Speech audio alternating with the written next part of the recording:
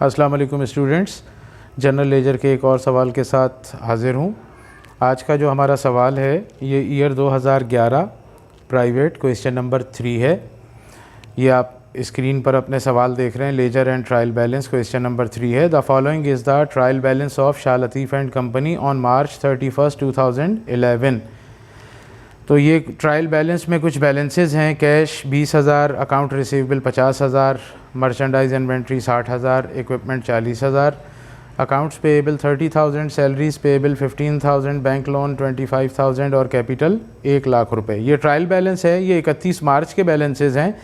और उसके नीचे the following transactions were perform during first fortnight of April, यानी फोर्टनाइट कहते हैं 15 दिन को। 15 दिन का जो टाइम स्पैन होता है वो फोर्टनाइट कहलाता है। तो ये ट्रांजेक्शन जो परफॉर्म हुए हैं ये 2 हफ्तों के हैं। पहली ट्रांजेक्शन में पेड आउटस्टैंडिंग सैलरीज़ है।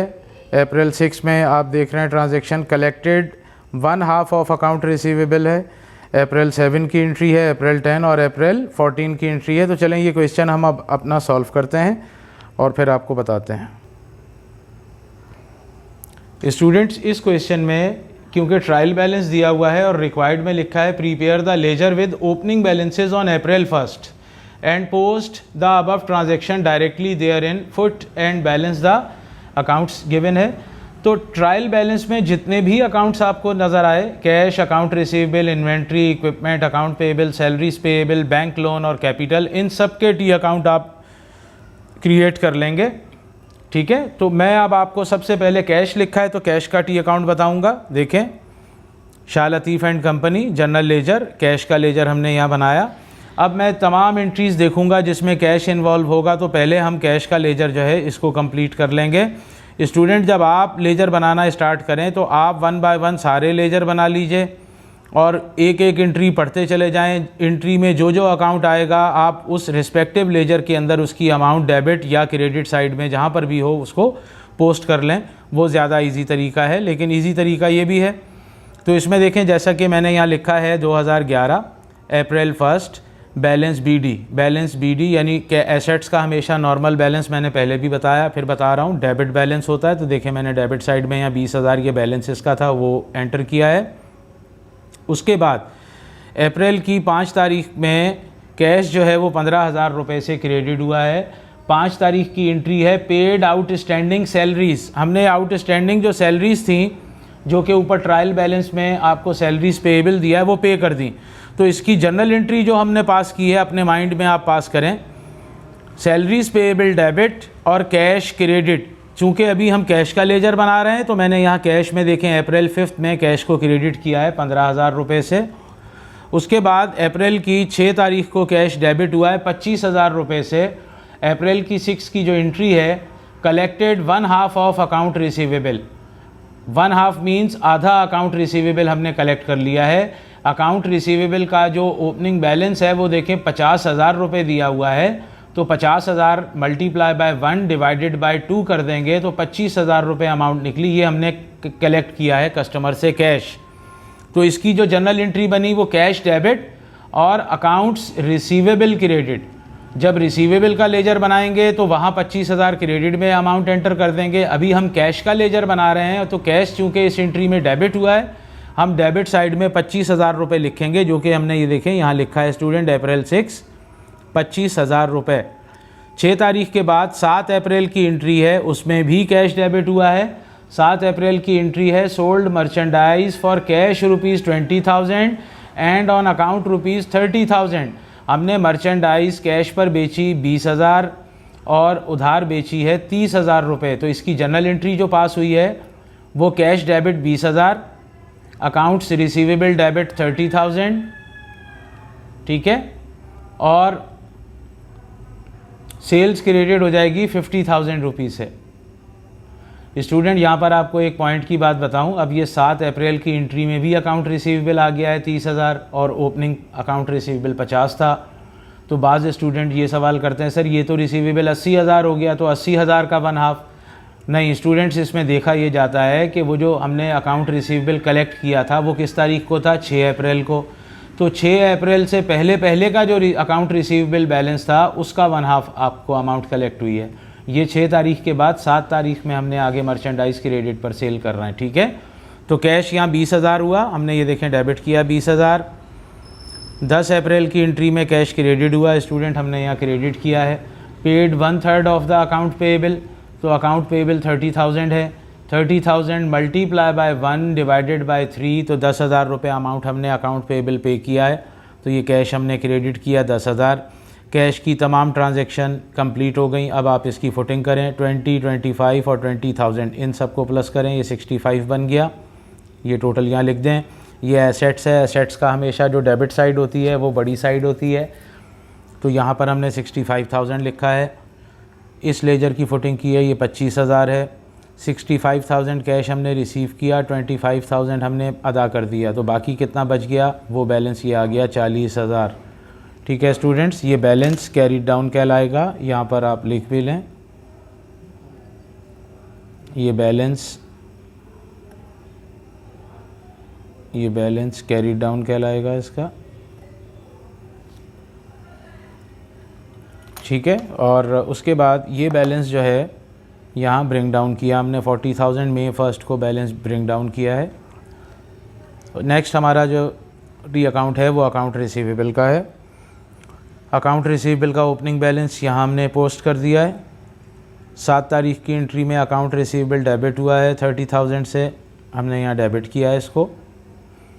7 तारीख की एंट्री में है sold merchandise for cash ₹20,000 and on account 30,000, तो इस जनरल एंट्री में अकाउंट रिसीवेबल डेबिट हुआ था, लिहाजा हमने यहाँ डेबिट किया है। 6 अप्रैल की एंट्री में अकाउंट रिसीवेबल क्रेडिट हुआ था, हमने यहाँ क्रेडिट किया।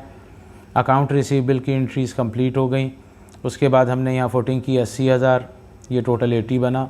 80 में से 25,000 हमें रिसीव हो गए थे, माइनस कर दें, 55,000 इसका बैलेंस बना है। ये बैलेंस हमने कैरीड डाउन लिखा है।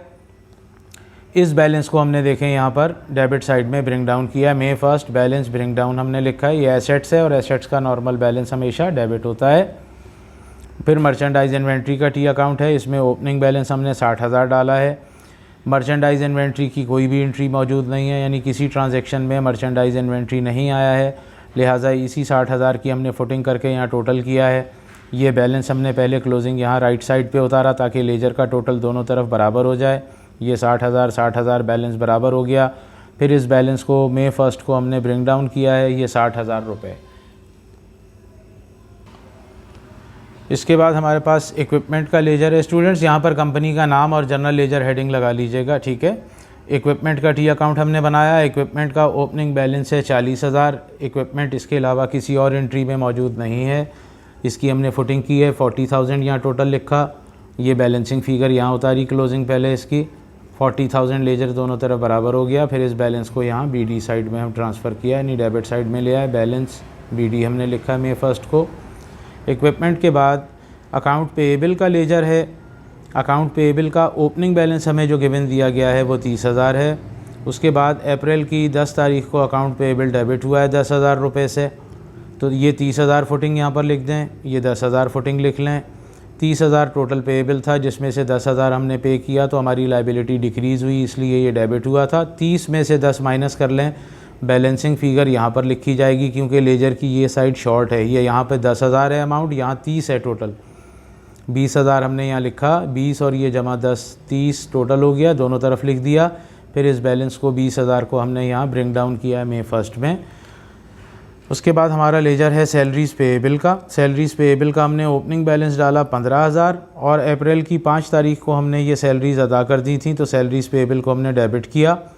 यहाँ फुटिंग कर लें 15,000, इधर भी फुटिंग कर लें 15,000। इसकी डेबिट और क्रेडिट दोनों साइड इक्वल हो गई है, यानी एंट्री डलने से ही ये बराबर हो गई है। इसका देखें ओपनिंग बैलेंस था 15,000 और यहाँ पर हमने अप्रैल 5 को ये लायबिलिटी अपनी जो है वो अदा कर दी, तो हमारा सैलरीज़ पेएबल अकाउंट डेबिट हो गया।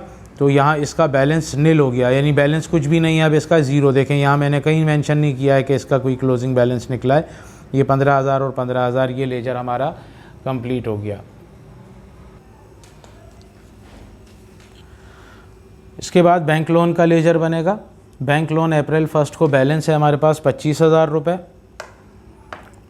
इसकी हमने फुटिंग की 25,000, ये यहाँ टोटल लिखा 25,000, यही इसका बैलेंस कैरी डाउन लिखा 25। ये 25,000 यहाँ लेजर इसका बराबर हो गया। और ये बैलेंस फिर हमने मई 1 को देखें क्रेडिट साइड में स्टूडेंट उतारा है, क्योंकि बैंक लोन जो है ये बाय नेचर लाइबिलिटी है, हमने बैंक का पैसा जो है वो देना है, बैंक से कर्जा लिया हुआ तो हमने बैंक का पैसा देना है। लाइबिलिटी का नॉर्मल बैलेंस हमेशा क्रेडिट होता है। इसके बाद कैपिटल का लेजर बनेगा। अप्रैल 1 को बैलेंस बीडी हमने लिखा 1 लाख रुपए।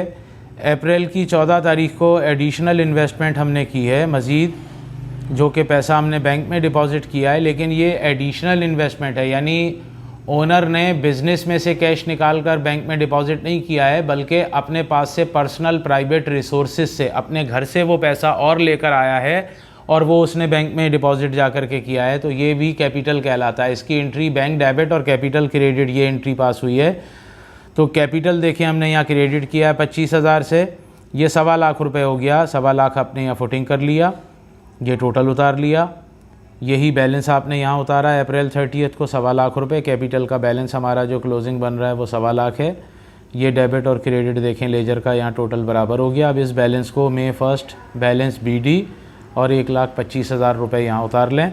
इसके बाद हमारा टी अकाउंट है सेल्स का।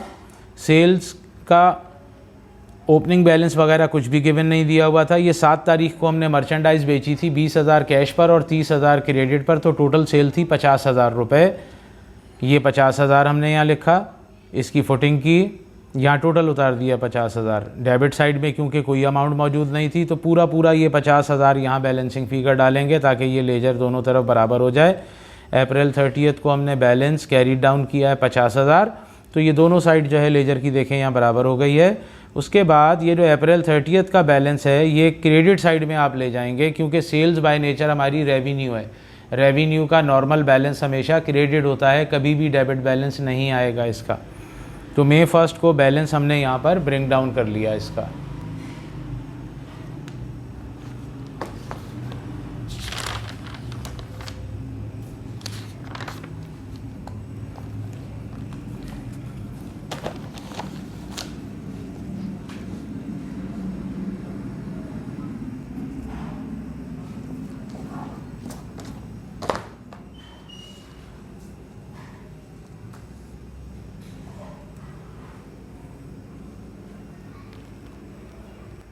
इसके बाद जो हमारा लास्ट लेजर है वो बैंक का है।